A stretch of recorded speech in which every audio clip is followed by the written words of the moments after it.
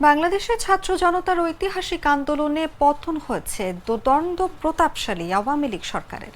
বিক্ষোভের মুখে গত 5ই আগস্ট প্রধানমন্ত্রীর পদ থেকে পদত্যাগ করে দেশ ছেড়ে পালান শেখ হাসিনা।